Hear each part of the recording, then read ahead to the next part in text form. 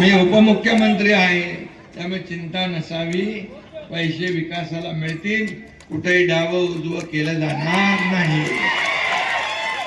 आणि म्हणून जी जी काही कामं असतील ती करण्याचं या ठिकाणी मी शब्द देतो. आणि आपल्याला माझी विनंती आहे की नरखेड गटामध्ये ज्योत्स्ना पाटील या आपल्या उमेदवार नाहीत, तिथं आपल्या आघाडीचा धर्म पाळा. आघाडीचा धर्म आपण पाळला पाहिजे. बघा, तुमचं हे सगळं जे काय जे विकास कामं आहेत, सगळ्या योजना आहेत, त्या सगळ्या योजना, कुठली योजना कुणी सांगितलं तरी घाबरून जाण्याचं कारण नाही. कुठली योजना बंद होणार नाही म्हणजे नाही. आणि म्हणून आता इकडे सगळे आहेत, उमेश दादा, राजू दादा, कोण कोण आहे दादा, चरण दादा,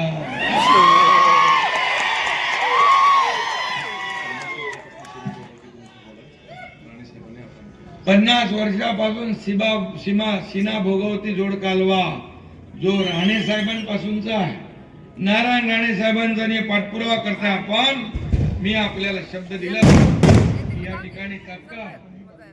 आणि राजू खरे आमदार आपले कपूरजींना भेटले. आता कापूर लवकर बरोबर पेटवायला म्हणजे उद्घाटन करा, ते मार्गी लावू. आणि म्हणून मी आपल्याला सगळ्यांना विनंती करतो की आपण येत्या 7 तारखेला काय रे बाबा, आणि काय नाही इथं कोण दादागिरी करतो काय, कोण नाही. अरे बाबा, एक लक्षात घ्या, जनतेसमोर कोण आहे का? जनता जनार्दन सर्व आहे. इथं मालक कुणी नाहीये, मालक ही जनता आहे. आम्ही सेवक आहे.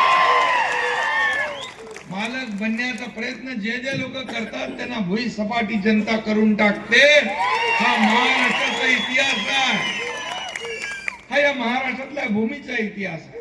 म्हणून मी मुख्यमंत्री होतो तेव्हाही कार्यकर्ता म्हणूनच काम करत होतो, आजही कार्यकर्ता म्हणून काम करतोय, उद्याही कार्यकर्ता म्हणूनच काम करणार आहे. आणि त्यामुळे पोलीस बांधव इकडे आहेत आपले, कायदा सुव्यवस्था नीट ठेवा.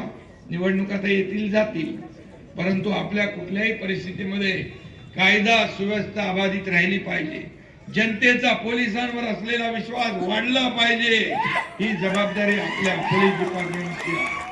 आणि म्हणून सत्ता काय येते जाते, माणसं बदलत जातात, पण अधिकारी तिकडेच असतात. त्यामुळे अधिकाराला चिंता करायची काय तुम्हाला गरज नाही.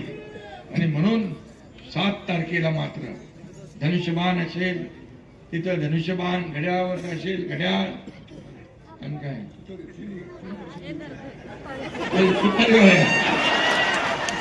राजी तुतारी, त्यांनी बरोबर तुतारी वाजवलेली आहे. पण ते आता धनुष्यबाण, अरे धनुष्यबाण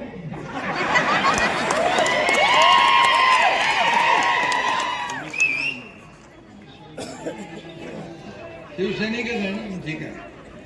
उमेश पाटील आपले कुरुल जिल्हा परिषद गटाचे उमेदवार आहेत. पंचायत समितीचे उमेदवार धनाजी माळी आणि केशव पाटील सर्व घड्याळावर उभे आहेत. त्यांना देखील आपल्याला मतदान करायचं आहे आणि त्यांना देखील आपल्याला विजयी करायचं आहे. मी आपल्याला एवढंच सांगतो, ज्यासाठी तुम्ही ज्यांच्या प्रचाराला जिथं आलेला यांना तुम्ही मतदान करा. बाकी विकासासाठी निधी देण्याचं काम हा एकनाथ शिंदे करेल, हा शब्द मी आपल्याला देतो. हा शब्द पाळणारा एकनाथ शिंदे आहे. मी जास्ती उगाच अधिकच काय बोलत नाही. तुम्हाला माहित आहे ना, 2022ला या महाराष्ट्रामध्ये पाहिलं ना आपण, क्रांती घडवली ना आपण, सर्वसामान्यांच्या मनातलं सरकार आणलं की नाही. एकनाथ शिंदेच्या मागे 50 आमदार उभे राहिले विश्वासामुळे. एक शब्द कमिटमेंट पाळणारा कार्यकर्ता, नेता म्हणून एकनाथ शिंदेची ओळख आहे. त्यामुळे मी तुम्हाला जे जे इथं बोललोय त्यातला एकही शब्द खोटा होणार नाही. हा शब्द तुम्हाला मी देऊन जातोय. फक्त निवडणुकांमध्ये मतदानाच्या दिवशी योग्य पद्धतीने मतदान करा. आणि या आपल्या आघाडीला आपण निवडून द्या. नितीन निळे, पंढरपूर तालुक्यातले नितीन निळे, कोकरापूर नितीन निळे हे आपले उमेदवार आहेत. त्यांनाही देखील आपले राजूची तुतारी आहे, त्यांना पण. अरे चरणराज तुझं काय करू. चरणराज चौरे जिल्हा नियोजन सदस्य आहे. आणि काय हा?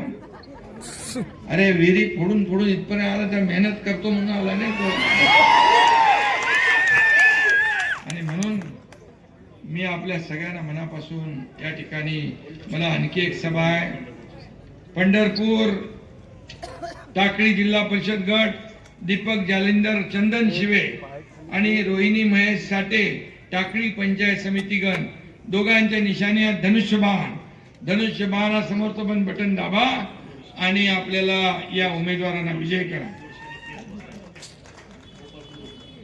कुठे आहे ते? घेतलं नाव. अरे आता सगळे नाव घेतले, डबल घेतले ते विसरतील लोक. तुम्ही काही लक्षात ठेवू नका, फक्त निशाणी लक्षात ठेवा, बाकी काही ठेवू नका बस. आणि एवढं 7 तारखेला तुम्ही महायुतीला मत म्हणजे विकासाला मत. महायुतीला मत म्हणतो तुमच्या गावाचा विकास झाला पाहिजे. तुम्हाला या भागामध्ये पाणी, रस्ते, दिवाबत्ती ज्या ज्या काही सोयी सुविधा आहेत त्या मिळाल्या पाहिजे. ग्रामीण भागाचा विकास जिल्हा परिषद आणि पंचायत समितीच्या माध्यमातून होत असतो. आणि म्हणून या निवडणुका फार महत्वाच्या आहेत. फक्त मतदान करण्यापुरते मर्यादित नाहीत, तर उद्याचा तुमचा